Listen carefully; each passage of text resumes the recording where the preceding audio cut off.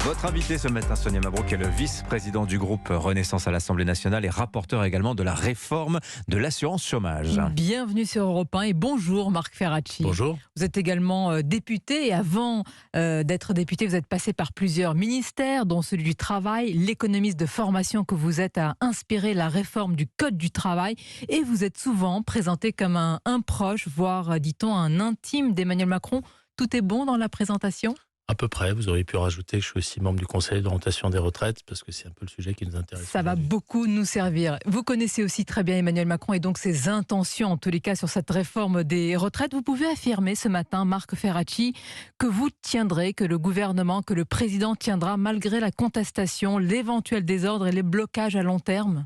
Oui, il y a une grande détermination à faire cette réforme. On sait qu'il y aura des mobilisations, elles seront importantes. Il n'y a pas une seule des réformes des retraites qui ait lieu ces dernières années qui n'ait pas donné lieu à des mobilisations importantes. Donc on s'y attend. L'enjeu ici, c'est d'abord d'expliquer pourquoi on a besoin de faire cette réforme. On a devant nous 25 années de déficit important. Pardon, on va le faire, mais simplement juste sur les blocages. Vous dites on s'y attend. Vous vous attendez à quoi précisément ? Un mouvement d'ampleur ou alors, comme le dit une note des renseignements, des actions imprévisibles, ponctuelles, voire éruptives ? Tout est envisageable. Il y aura forcément un mouvement d'ampleur avec des manifestations assez classiques, à l'appel des organisations syndicales, à l'appel de certains partis d'ailleurs, les partis d'opposition, les partis de gauche. Il peut également y avoir des mouvements un peu plus spontanés, un petit peu plus autonomes. Vous les redoutez ?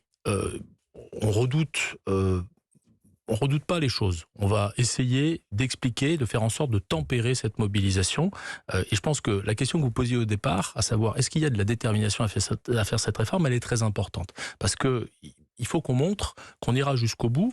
Et ça signifie aussi montrer qu'on prendra en compte ce qui se dira dans le cadre du débat parlementaire et que cette réforme pourra, le cas échéant, évoluer un petit peu au fil du débat parlementaire. Ne sera pas corseté, décidé cet après-midi par la Première ministre. Moi, je suis, vous, le député que vous êtes, vous dites je suis un parlementaire de la majorité, tout à fait. Et je suis attaché à ce qu'on ait des choses à discuter au Parlement et à ce qu'il y ait des bouger sur cette réforme qui puisse s'opérer lors du débat parlementaire. Bien, on va en parler de ces modifications éventuelles. Est-ce que vous pouvez nous dire ce matin, Marc Ferracci, quel est l'objectif premier de cette réforme des retraites ? Pourquoi la faire ? L'objectif premier, c'est de préserver notre système de retraite par répartition. Moi, j'ai des enfants, j'ai pas envie de devoir leur dire demain que finalement, ils vont devoir épargner un petit peu pour se constituer un patrimoine pour leur retraite. Le système de retraite par répartition, c'est le patrimoine de ceux qui n'en ont pas. C'est un lien essentiel qui participe à notre solidarité nationale, à notre unité nationale. Et par principe, il faut quand même bien l'expliquer, un système de retraite par répartition, il a besoin d'être équilibré. Les cotisations de ceux qui travaillent payent les pensions de ceux qui ne travaillent plus. Or, aujourd'hui, et d'ailleurs les travaux du corps et aussi du Haut Commissariat au Plan de François Bayrou l'ont bien montré, on a un système qui est en déficit. Dès aujourd'hui, si on regarde l'ensemble des régimes, et notamment les régimes de la fonction publique, les régimes spéciaux, qui bénéficient de compensations qui viennent du budget de l'État, ces compensations représentent déjà 30 milliards d'euros par an. Et vous garantissez le système de retraite par répartition. Est-ce que ça veut dire que vous garantissez, Marc Ferracci, et vous êtes membre du corps de ce Conseil d'orientation des retraites, donc vous connaissez bien leurs conclusions, que vous allez enrayer la baisse des pensions qui est prévue par ce même corps, je précise en termes de, pour pas être trop technique, de taux de remplacement et pas en valeur. Vous garantissez cela ? Et vous avez d'abord raison de dire que si on ne fait rien, le revenu des retraités, qui représente à peu près aujourd'hui le revenu des actifs, c'est à peu près la même chose, va devenir 75% du revenu des actifs dans les prochaines décennies. Et ça, c'est un constat qu'il faut rappeler, parce que notre système par répartition, si on ne le réforme pas, il va amener à ça.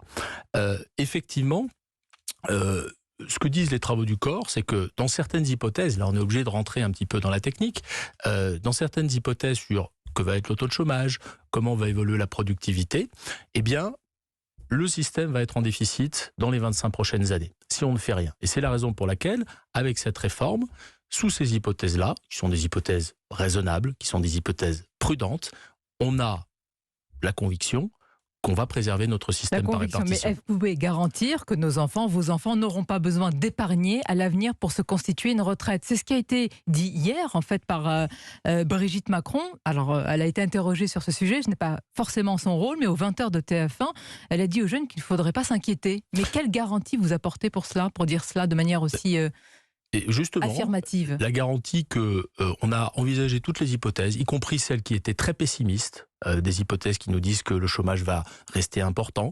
Et en fonction de ces hypothèses, eh bien, on fait une réforme dont on sait qu'elle va permettre de pérenniser financièrement le système de retraite.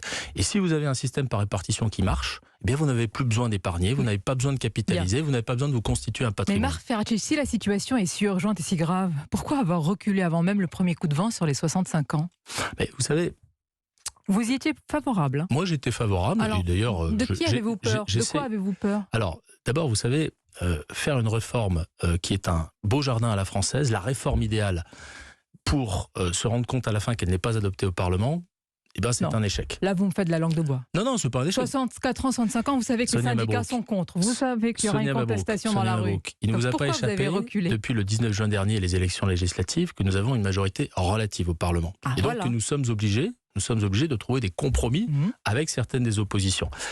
Il y a quelque chose qui s'est passé qui, moi, m'a un petit peu surpris d'ailleurs, c'est que le groupe Les Républicains, qui avait défendu dans les 2 dernières élections présidentielles le principe d'une retraite ou d'un âge légal de départ à 65 ans, eh bien, est revenu. Tout le monde a le droit de changer, hein. Désormais, le groupe des Républicains est plutôt favorable Oui. à une retraite à 64 ans, voire à 63 Vous ans. nous dites Olivier. que vous avez mis un peu d'eau dans votre vin pour avoir un accord politique avec les LR. Mais on est obligé, à un moment ou à un autre, de tenir compte de la configuration politique. Il faut être un peu pragmatique. Si on met sur la table une réforme dont on pense que c'est la meilleure, mais qu'elle n'est pas adoptée au Parlement, à la fin, tout le monde est perdant. Et tout le monde est perdant, au premier chef, les Français et le pays, parce que cette réforme, elle est absolument nécessaire. Donc moi, j'assume, même si, vous l'avez dit, j'étais plutôt partisan de rester sur l'engagement du président de la République, qui a été largement débattu pendant la campagne. quand même. Pardonnez-moi, et pour lesquels les Français ou une partie des Français ont voté. C'est-à-dire qu'aujourd'hui, vous êtes en train de dire à certains Français qui ont voté pour cela et qui ont écouté le président pendant la campagne, écoutez, on a changé d'avis. C'est vrai, mais il ne vous a pas échappé non plus que dès la campagne, dès l'entre-deux tours de la Il y campagne, avait une ambiguïté. le président a ouvert la porte en disant que les 65 ans n'étaient pas un totem. Donc je pense qu'on est cohérent avec cette ligne-là, qu'on a fait tout ce qu'il fallait pour que la réforme soit une réforme ambitieuse. Et quand je dis une réforme ambitieuse, c'est pas uniquement sur cette mesure d'âge qui va permettre de dégager des ressources pour sauver le système. C'est aussi sur les mesures d'accompagnement. Alors on va en parler, parce que ce sont des mesures de justice sociale, des mesures aussi pour la pénibilité. D'autres les appellent aussi, Marc Ferracci, des cadeaux. En réalité, ce sont des économies aussi qui vont être rognées. Est-ce qu'on a les moyens aujourd'hui, même si elles sont nécessaires, ces mesures, de les faire? Oui, les annonces qui vont être faites cet après-midi par la Première ministre sont des annonces qui vont montrer ce qu'on va gagner avec la mesure d'âge, la manière dont cette mesure d'âge... Est-ce qu'on va perdre avec les Oui, mesures mais, de justice sociale? D'abord, pour moi, c'est pas ce qu'on va perdre, parce que ce sont des mesures Vous me dites importantes. qu'il y a urgence Ce financière. sont des mesures de progrès. Mhm. Ce que je peux vous dire, c'est que au final, quand vous ferez la différence entre ce qu'on gagne et ce qu'on perd, eh bien, il y aura des ressources supplémentaires pour préserver notre modèle par répartition. Mais ce que je veux vous dire, c'est que ces mesures, que moi j'aime bien appeler des mesures d'accompagnement ou des mesures de progrès, c'est pas des mesures qui font perdre. Quand vous mettez en place, et moi je le défends, une retraite minimum autour de 1 200 €, 85% du SMIC, Parlons-en. et que vous poussez, et c'est la position de la majorité présidentielle et du groupe Renaissance, pour que cette retraite minimum, elle s'applique à tous les retraités actuels comme les retraités Tous futurs. les retraités, donc pour tous, c'est pas seulement les une nouveaux demande. retraités. J'espère pour ma part que, soit lors des annonces, soit lors du débat parlementaire, cette mesure s'appliquera à tous les retraités. Ça n'est pas de la monnaie de singe. Des gens qui ont eu des carrières qui ont fait qu'ils gagnaient peu, qui ont aujourd'hui des retraites de 900, 1000 €, eh bien, si vous les passez à 1 200 €, c'est un véritable progrès social. Donc pour moi, encore une fois, ça participe de l'équilibre de la Bien. réforme et de son Est-ce que cet acceptabilité après-midi, pour les vous ne Français. le savez pas parce qu'on va attendre les annonces, mais est-ce que vous militez pour que ce soit d'ores et déjà annoncé cet après-midi par la Première ministre? Ce n'est pas rien, comme vous le dites, pension minimale à 1 200 €, donc pour tous, c'est pas seulement les nouveaux retraités, ou est-ce que ça pourrait faire l'objet du débat parlementaire? Écoutez, l'essentiel, c'est que ça se fasse. Est-ce que ça doit se faire est-ce que ça doit être annoncé dès cet après-midi par la Première ministre? Est-ce que ça doit Mais vous en prenez être intégré? l'engagement, ce sera fait? Ah bah écoutez, c'est pas un parlementaire qui vous peut êtes prendre député, un engagement. Vous êtes vice-président du groupe Renaissance, vous pouvez pousser nous cela. portons l'engagement de défendre cette mesure, et si on doit le faire par voie d'amendement, on le fera. Il y a quand même un lien entre les retraites et évidemment le sujet de la dette. La charge de la dette est en train d'exploser dans notre pays. Est-ce qu'on n'est pas en train de faire surtout cette réforme de retraite pour garder notre souveraineté ou ce qu'il en reste? Mais vous avez raison d'évoquer ce sujet. J'ai dit que la préservation de notre modèle par répartition était un objectif essentiel. Mais il faut bien voir que lorsqu'on repousse l'âge légal de départ, eh bien, on augmente ce qu'on appelle le taux d'emploi, c'est-à-dire la proportion des gens qui travaillent. Or, augmenter le taux d'emploi, et en particulier le taux d'emploi des seniors, qui est plus faible en France qu'ailleurs. Vrai débat, hein. La gauche...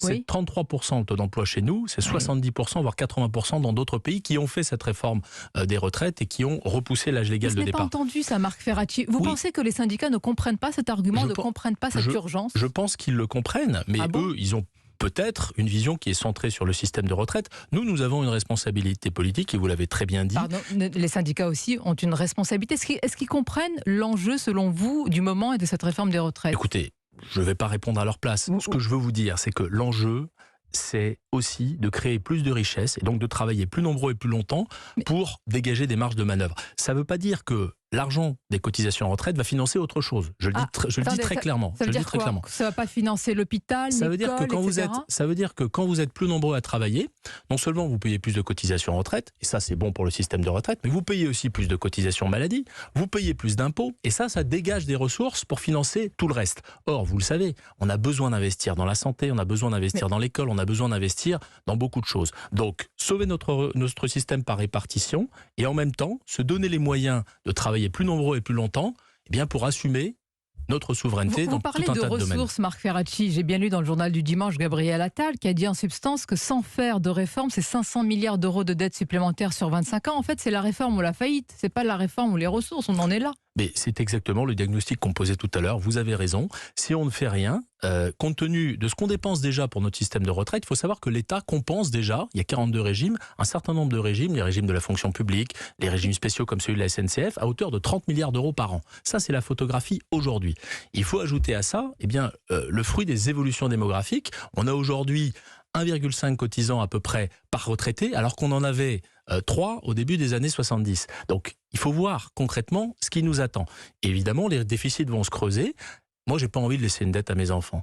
J'ai pas envie de laisser une dette à mes enfants. J'ai pas envie de leur laisser assumer ça. C'est intéressant, vous parlez de démographie. Voilà l'un des sujets presque oubliés de cette réforme des retraites. Démographie et aussi natalité. Selon le corps, vous en faites partie, le ratio entre le nombre de personnes de 20 à 59 ans et celui des personnes de 60 ans est passé de 1,9 en 2019 à 1,3 en 2070. Est-ce qu'il n'y a pas un vrai sujet là? Trop de retraités, pas assez d'actifs? Il y a un sujet, mais il y a un sujet sur lequel les politiques publiques ne peuvent pas avoir d'effet à court terme. J'insiste bien sur cet aspect-là. Ce serait bien de démarrer dès maintenant une vraie politique publique en faveur de la natalité pour encourager les familles françaises à faire davantage d'enfants. Vous avez raison, et je vais vous dire ce que je pense, moi, d'une politique publique de natalité, parce que j'ai un petit peu étudié le sujet dans ma vie d'avant. Personne n'en parle quasiment.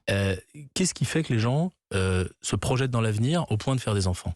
C'est souvent le fait que l'avenir est un peu plus radieux qu'aujourd'hui. C'est en particulier le fait qu'ils ont la conviction que leurs enfants trouveront un emploi sur le marché du travail. Quand on est, comme c'est le cas du gouvernement, engagé dans une démarche pour aller vers le plein emploi, eh bien je pense qu'on crée les conditions pour que la natalité se redresse. Il y a l'état de l'école, l'hôpital, vous savez, dans les différents sondages, c'est plutôt une impression de déclassement. Vous avez totalement raison, mais on revient au problème initial. À un moment, il faut de l'argent et des ressources pour financer nos services publics et pour redonner confiance en l'avenir aux Français. Et ça, je pense que c'est la stratégie du plein emploi, c'est relever le taux d'emploi, et la réforme des retraites y participe. Et en même temps, si vous préservez votre système par répartition, je pense que vous avez aussi une capacité à vous projeter dans l'avenir qui est plus importante. Il y a des gens, Marc Ferracci, qui nous prêtent de l'argent. Il y a des marchés, il y a des investisseurs, et souvent qui écoutent tout ce qui est dit. Il y a nos voisins européens. Cette réforme, est-ce qu'on doit la faire aussi, tout simplement, pour l'Europe, pour Bruxelles? Non, on ne la fait pas pour Bruxelles, on la fait pour nous. Mais ça n'empêche pas de regarder ce qui se fait ailleurs. Et si on regarde ce qui se fait ailleurs, on se rend compte qu'on est le pays, quasiment le pays, où l'âge de départ légal et aussi l'âge de départ effectif, parce qu'il y a l'âge auquel partent concrètement les gens, est le plus faible en Europe. Donc à un moment, il faut remettre ces questions sur la table, mais on ne fait pas la réforme pour Bruxelles. Vous voulez dire on va en reparler pour non, je dis il faut profiter du moment pour remettre sur la table ce type de comparaison, parce que je veux dire, lorsque tous nos voisins repoussent à 60, voire à 65 ans, voire à 67 ans l'âge légal de départ, eh bien, on ne peut pas dire qu'on reste isolé et qu'on est, au fond, les seuls à avoir raison. Vous avez dit tout à l'heure que c'est une réforme, on va conclure sur cela, pour sauver ou sauvegarder notre système. Est-ce que ce sera la dernière réforme des retraites avant la prochaine? Écoutez, c'est toujours comme ça. C'est exactement ce qu'on se disait. Dans quelques années. C'est votre question du début. Moi, je crois dans l'intelligence collective. Le Conseil d'orientation des retraites nous dit qu'à horizon 2070, on a une trajectoire de notre système qui est une trajectoire de déficit. On sait que si on fait cette réforme, eh bien on va contrarier cette trajectoire. Maintenant, il peut se passer plein de choses. Vous vous en souvenez, la dernière réforme des retraites, en mars 2020, on était en train de la discuter au Parlement, le Covid est arrivé. On a payé dans le quinquennat précédent pour savoir que rien ne se passe jamais comme prévu. Néanmoins, la meilleure information dont on dispose, elle ressort de cette intelligence collective, les travaux du Conseil d'orientation des retraites et de tous ceux qui s'intéressent au sujet. Moi, je suis confiant sur le fait qu'on préserve notre système pour les prochaines décennies, jusqu'en 2070, c'est ça l'horizon, si on fait correctement le travail. Eh bien, on verra cela à l'épreuve des faits et peut-être de la rue avec l'annonce des syndicats après tout à l'heure les annonces de la Première ministre. Merci Marc Ferracci. Bonne journée à vous ainsi qu'à nos auditeurs.